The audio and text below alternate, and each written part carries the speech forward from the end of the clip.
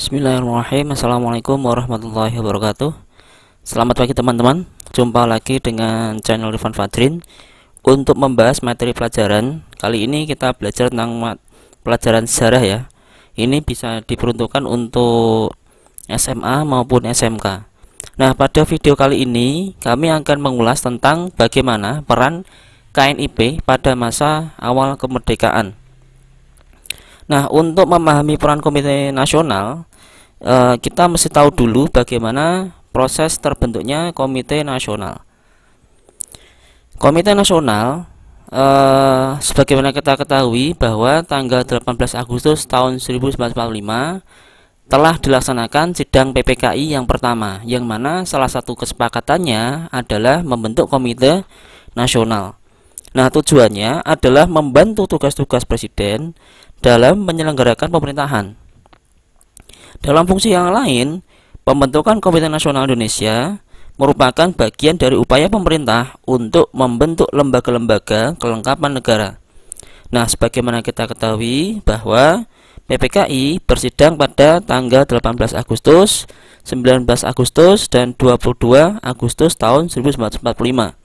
Sidang tanggal 19 menghasilkan keputusan yaitu pembentukan 8 provinsi dan 12 departemen atau kementerian. KNIP sendiri kemudian dibahas lebih lanjut pada tanggal 22 Agustus. Ini gambar merupakan suasana sidang PPKI yang pertama. Baik, lanjut. Nah, sidang PPKI pada tanggal 22 Agustus dilaksanakan di Gedung Kebaktian Rakyat Jawa atau Gambir Selatan, Jakarta, membahas 3 masalah utama yang dibicarakan dalam sidang sebelumnya. Pertemuan tersebut dipimpin oleh Wakil Presiden Republik Indonesia Dr. Andes Muhammad Hatta, menghasilkan beberapa kesepakatan. Di antaranya adalah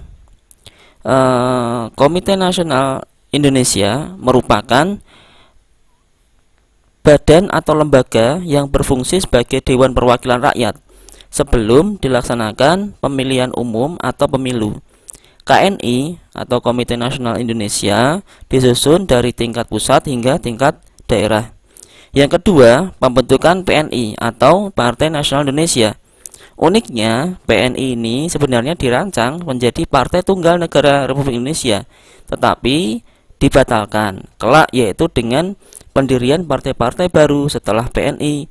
Dan yang ketiga adalah pembentukan BKR atau Badan Keamanan Rakyat. BKR ini berfungsi sebagai penjaga keamanan umum pada tiap-tiap daerah. Pembentukan BKR ini insya Allah akan saya ulas pada video-video berikutnya. Nah, ini adalah gambar suasana sidang PPKI pada tanggal 22 Agustus tahun 1945. Berikutnya yaitu tentang peran Komite Nasional.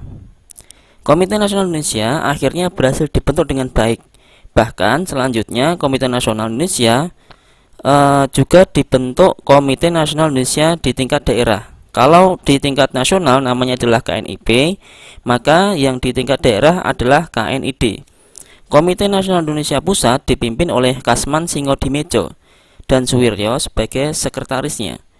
Pada tanggal 25 Agustus tahun 1945, pemerintah Republik Indonesia dengan resmi mengumumkan terbentuknya KNIP dan pelantikannya dilaksanakan pada tanggal 29 Agustus tahun 1945.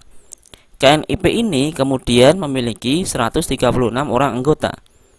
Kiprah KNIP pada masa awal kemerdekaan cukup berpengaruh, sebab KNIP kemudian terlibat dalam beberapa keputusan penting yang dihasilkan oleh pemerintah. Adapun beberapa keputusan pentingnya antara lain adalah yang pertama adalah terlibat dalam keluarnya maklumat 3 November tahun 1945. Dalam rapat KNIP tanggal 16 Oktober tahun 1945, Wakil Presiden Republik Indonesia mengeluarkan keputusan nomor 10 yang isinya memberikan kekuasaan dan wewenang legislatif kepada KNIP. Artinya, KNIP terlibat atau ikut serta untuk menetapkan garis-garis besar haluan negara atau GBHN sebelum terbentuknya MPR melalui mekanisme pemilihan umum. Kemudian atas desakan Ketua Badan Pekerja Komite Nasional Indonesia Pusat atau BPKNIP, yaitu Sultan Syahrir, pada tanggal 3 November tahun 1945 pemerintah mengeluarkan maklumat politik yang ditandatangani oleh Wakil Presiden Republik Indonesia.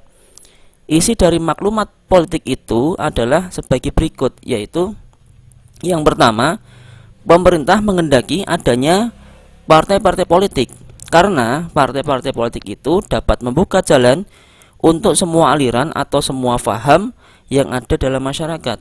Yang kedua, pemerintah berharap supaya partai politik itu telah tersusun sebelum dilaksanakan pemilihan anggota Badan Perwakilan Rakyat pada bulan Januari tahun 1946. Akibat dikeluarkannya maklumat pemerintah 3 November tahun 1945, di Indonesia akhirnya muncul banyak partai politik seperti Masyumi, PKI, Partai Buruh Indonesia, Partai Rakyat Jelata, Partai Kristen Indonesia, Partai Sosialis Indonesia, Partai Katolik Indonesia, Partai Rakyat Marhen, dan PNI.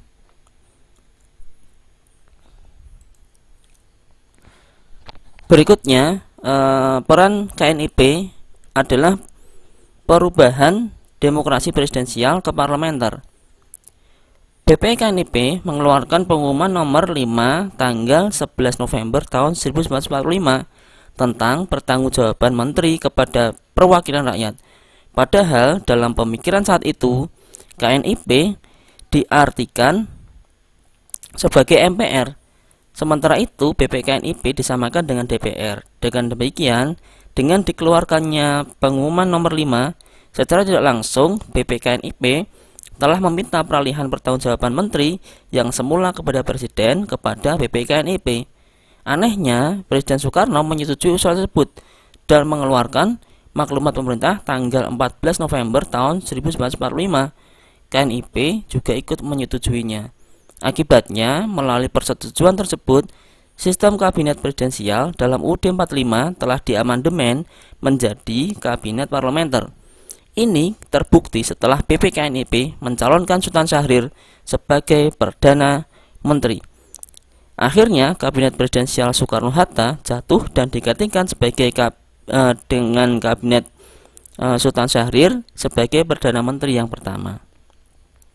Nah, kita ketahui bahwa kelompok Sultan Syahrir ini memang pada awal kemerdekaan memiliki peran yang cukup krusial, kuat, dan sangat berpengaruh. Nah, sebagai penutup dari video ini, bahwa peran KNIP pada masa awal kemerdekaan bisa dikatakan cukup berpengaruh terhadap sistem pemerintahan bangsa Indonesia. Peran KNIP yang paling terlihat adalah mereka menjalankan fungsi legislatif sembari menunggu terbentuknya DPR melalui mekanisme pemilu. Kita ketahui pemilu pada akhirnya yang direncanakan pada Januari tahun 1946 pada akhirnya tertunda akibat kedatangan sekutu dan Belanda ke Indonesia, sehingga pemilu pertama kali di Indonesia dilaksanakan pada tahun 1955.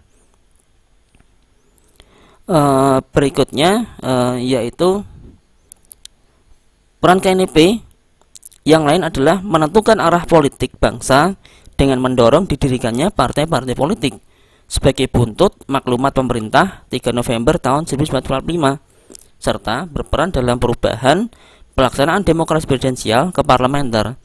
Kita tahu bahwa sejak tanggal 14 November tahun 1945, Indonesia menggunakan sistem demokrasi parlementer dengan Perdana Menteri pertamanya adalah Sultan Syahrir. Nah, baik teman-teman, demikian ulasan singkat kami tentang peran penting KNIP pada masa awal kemerdekaan. Mohon maaf apabila ada beberapa kesalahan atau mungkin ada perbedaan versi dengan sumber sejarah yang lain. Silahkan Anda berikan komentar, tanggapan pada kolom komentar yang tersedia di video ini. Saya tunggu masukan Anda demi kemajuan channel ini. Terima kasih, sampai jumpa pada video kami selanjutnya. Assalamualaikum warahmatullahi wabarakatuh.